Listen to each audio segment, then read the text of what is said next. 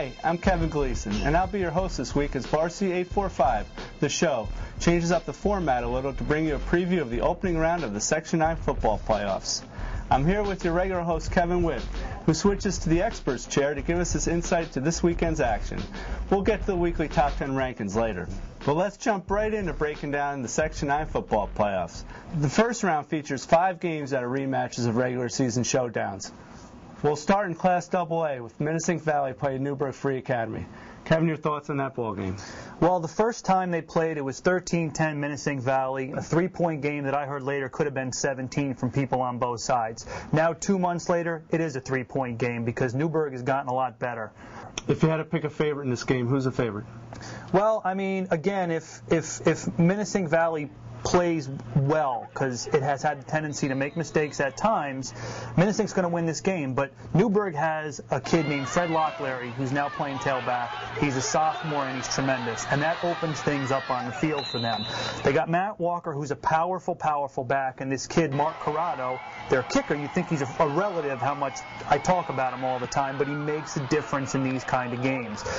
It comes down to the fact that Newburgh doesn't throw the ball very well, and I think that can be the difference in this game. So I can see 17-10 maybe. One last thought on Newburgh. How about the DJ Romano factor? Here he is coming back, and apparently he's going to be ready for this ball game. And tell me about any type of inspiration that he brings to that club. I think at this point he's a very talented player. I don't think he's 100%, and I think his impact is felt more on defense as a cornerback, as a cover guy, as an athlete. But certainly to have one of your captains back has to only help your team. Moving along to the other AA game between Monroe Woodbury and Warwick. This is another matchup where Monroe Woodbury won the season opener 35-7. Kev, your thoughts on this game? I can see it being 35-7 again. Monroe Woodbury just has too much for Warwick, and I don't really think that Monroe's even going to try to show all that much, because Monroe has bigger aspirations, and it's let's win and show as little as possible. Yeah, poor Warwick. It seems like Monroe's gotten better since that game, and they did a number on him that time. And Warwick's had a nice season, but it just seems that they're in kind of a little bit of a lower class than Monroe Woodbury, like everybody else. I would agree. Let's go to the Class A game featuring Cornwall-Port Jervis. This should be a barn burner right here because they played that earlier game that went in overtime this season, and probably one of the best games of the regular season, I'd say. Your thoughts on weeks later and how it could shape out? Yeah, there's a lot of excitement and anticipation about this game. 12-6 in double overtime about a month ago. That was at Port Jervis in the rain, and after what's taken place since then, I would kind of look at that as being a hitch in the road more for Cornwall. Cornwall's had 6 shutouts in 8 games and only allowed 12 points all year. Port Jervis, is this possibly Coach Bob Corvino's last game in a long, illustrious high school career? We'll see. I mean, he said that last year, too, though, so you never know with Bob. I think that Port Jervis is going to be very confident here, but what they need to do is to have Justin Ropke, be able to throw the ball and show that he can, because the kid is capable. He has some decent receivers, but that's what has to happen. Port Jervis cannot run its way back into this game if it gets down 2 touchdowns early. Moving along to Class A, featuring Wallkill against Rondout Valley. Now, Wallkill won the earlier season matchup 23-7. Is the same thing going to happen this time? Boy, that's tough to say, because Wallkill comes in, lost 2 straight games, was without Mark Mazza and James Schoonmaker. That's about 1,000 yards of total offense last week. Don't know if either is going to be playing this week. Rondout Valley beat Wallkill last year in this game 18-0, and I think is just a little sharper. I can see this like a 21-14 Rondout Valley.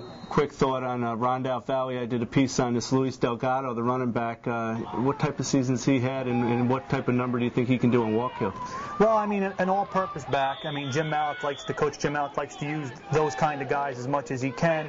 I mean, he's quick. He's going to be on the turf. I think that's a guy that can hurt Wallkill in different ways. Excellent. Moving on to the Class B game between New Paltz and James I. O'Neill. Now, New Paltz just annihilated O'Neill 40-0 in the earlier season matchup. I mean, do you see anything in this rematch that can go the other way? I can see this being a tighter game, definitely, for a couple of different reasons. New Paltz quarterback Mike LaBrosse broke his hand, and it's questionable whether or not he's actually going to be in this game. New Paltz also lost two-way starter Anthony Covino to a dislocated kneecap and an ACL injury, so he's done.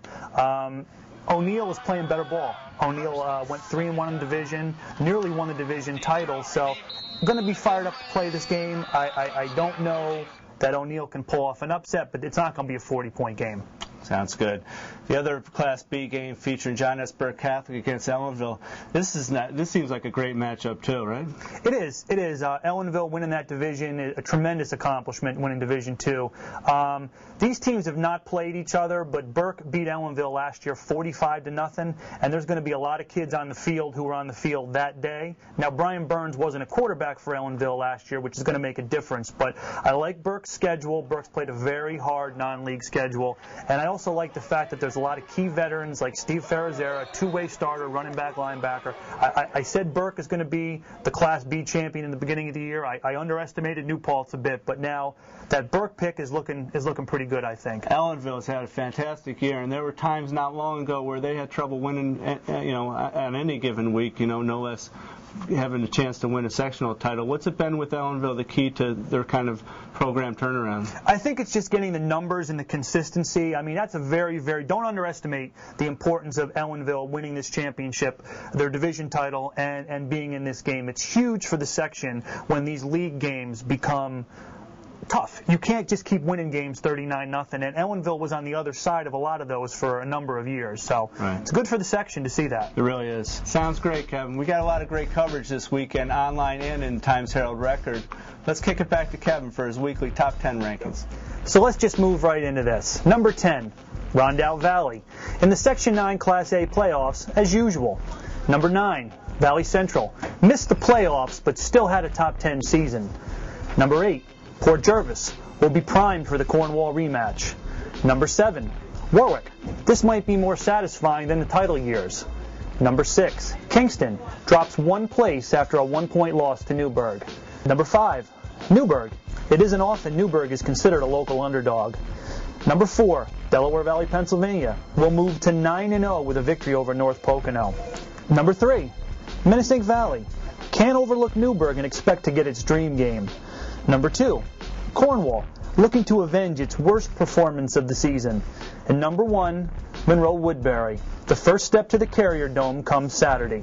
That's it for this week's episode of Varsity 845, the show. Check back with us next week when we preview the Section 9 championship games. For Kevin Gleason, I'm Kevin Witt. See you at Dietz Stadium. This is 845, Varsity man up. It's game time, everybody stand up. From my town to yours, we ready for sure. From the field to the court, yeah, we ready for war. This is 845, Varsity man up. It's game time, everybody stand up. From my town to yours, we ready for sure. From the field to the court, yeah, we ready for war. I said it's game time.